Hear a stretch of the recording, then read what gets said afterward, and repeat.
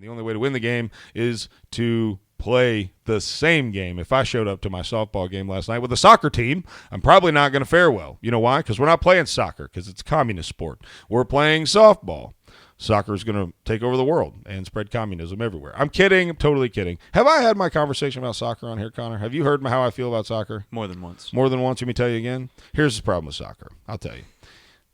Soccer is a game where in a single game you're going to run, 7, 8, 9 miles. And by the way, my sister played all the way through college. And I do respect the athlete, the soccer athlete. The World Cup is probably the single largest gathering of world-class athletes outside of the Olympics. So don't send me your angry email talking about, well, you don't respect soccer players. No, I respect the soccer player. But the game doesn't make any sense to me. You're going to run 7, 8, 9 miles to tie. You're going to end up in a tie.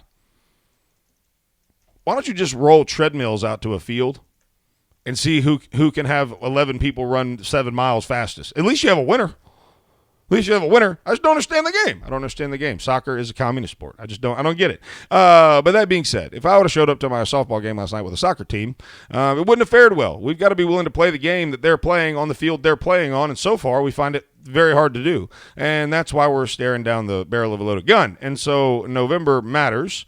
Every year it matters. Every time a vote happens, we're told it's the biggest vote in, it's so important and it's the biggest vote in history. And really and truly, this one does matter, I think, more than a lot. I think there's a lot at stake here.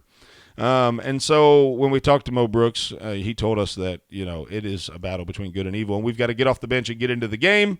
And that's what you need to be doing.